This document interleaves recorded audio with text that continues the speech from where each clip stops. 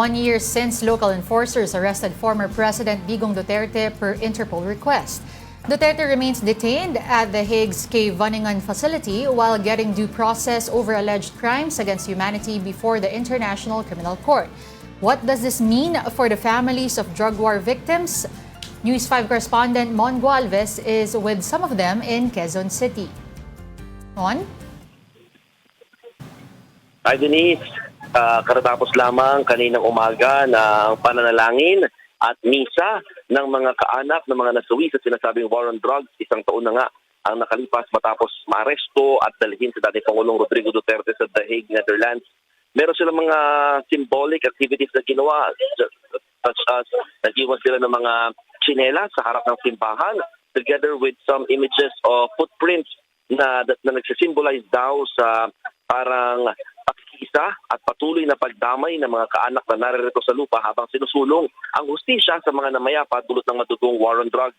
Ni Father Flavie Villanueva na kasama umaagapay sa mga pamilya ng biktima, mahalaga ang patuloy na pag-alala sa mga nangyayari o nangyari rather sa biktima. Ito kasi yung mabisang paraan ng tunay na paghilom at sa pag-asang tuluyang mapanagot sa dating Pangulong Duterte, maging yung iba pa mga sangkot sa sinasabing EJK.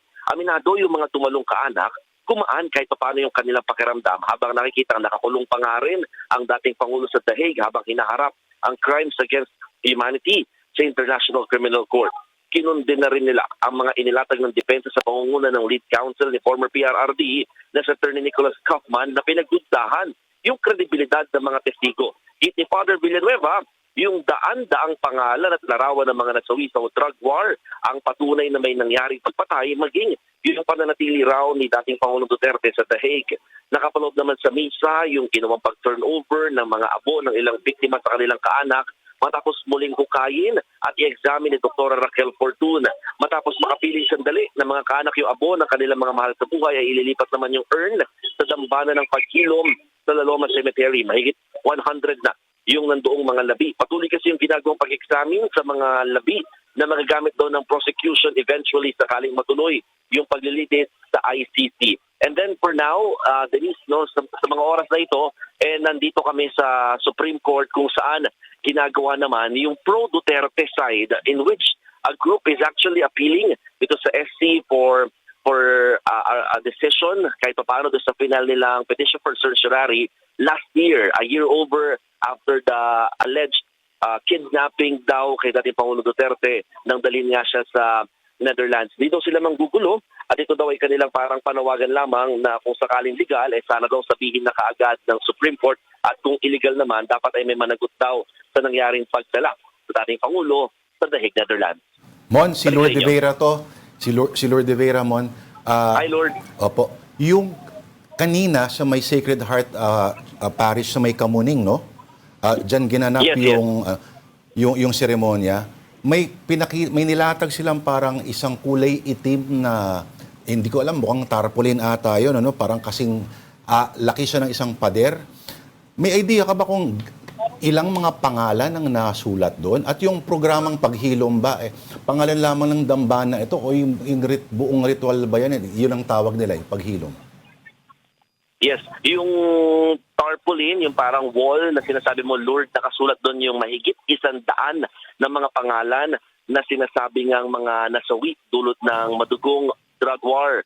At ngayon, yung sinasabi naman na paghilom, ito yung sa may dambana nga ng paghilom, no? Ito yung parang nilalagyan nga ng mga urn na matapos hukayin, matapos i-examine, i-re-examine, no?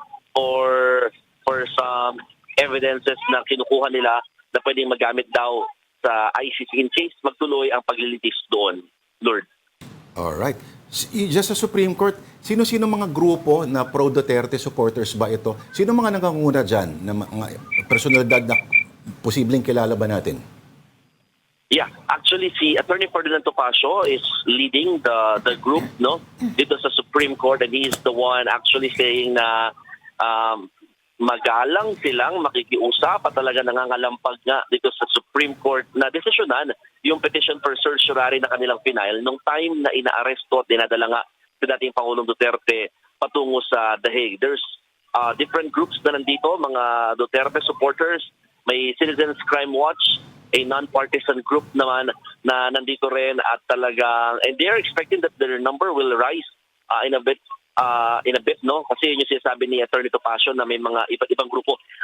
Initially, this is actually dapat sa Liwasang Bonifacio, pero marami na doon nagtungo kasi dito sa Supreme Court, kaya dito na sila nag-motorcade and then dito na ginawa yung kanilang short program, Lord.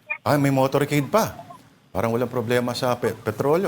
Pero, Motor. oo, Mon Gualvez, di ba nung Monday, sinabi ng PNP na naka-high alert sila ngayon, supposedly sa anibersaryo, at may mga nagbabantay doon sa kahabaan ng EDSA kasi may balita na posibleng iyan daw ang gawing isa sa mga dadaanan ng mga grupo na posibleng manguna sa protesta. Ito ba ay may kinalaman din dyan, Mon Gualvez?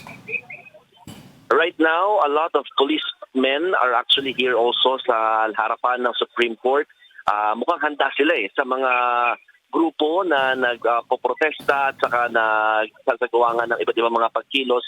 So ngayon dito sa may Padre Faura Street, medyo nakakain na naman yung, maliit lang lang yung kalye, pero nakakain na rin siya ngayon ng mga nag-rally or mga sumusugod na mga protesters.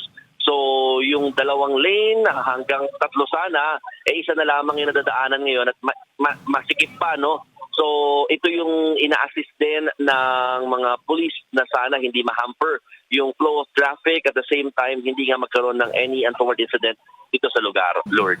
Okay, Mon, are they expecting that crowd to get any bigger throughout the day? At ano ba yung may programa ba sila hanggang mamayang hapon or what? Initially, Denise, when we saw them doon sa Liwasang Bonifacio, to be honest, less than 50 people lamang yun nandoon. That's why they said we will just do a motorcade and then go to the Supreme Court. And when we arrived here to the Supreme Court, dito na mas marami-rami yung mga tao. At ang sinasabi ni Attorney Topacio kanina, they're expecting 1,000 of people that will arrive or that will actually join their program for today.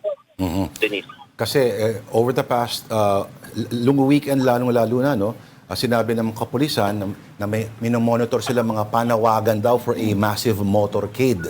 At along EDSA, walang binanggit doon sa part na yan, Mon, pero ang ending supposedly ito ay sa Villamor Air Base. Doon ang supposedly doon ang nangyari 1 year ago itong makasaysayang pag-aresto. Okay. Mon, may tanong ka ba kay Mon Gualvez? Kung wala, magpapasalamat muna tayo sa ating News 5 correspondent, Mon Gualvez. Thank you, Mon.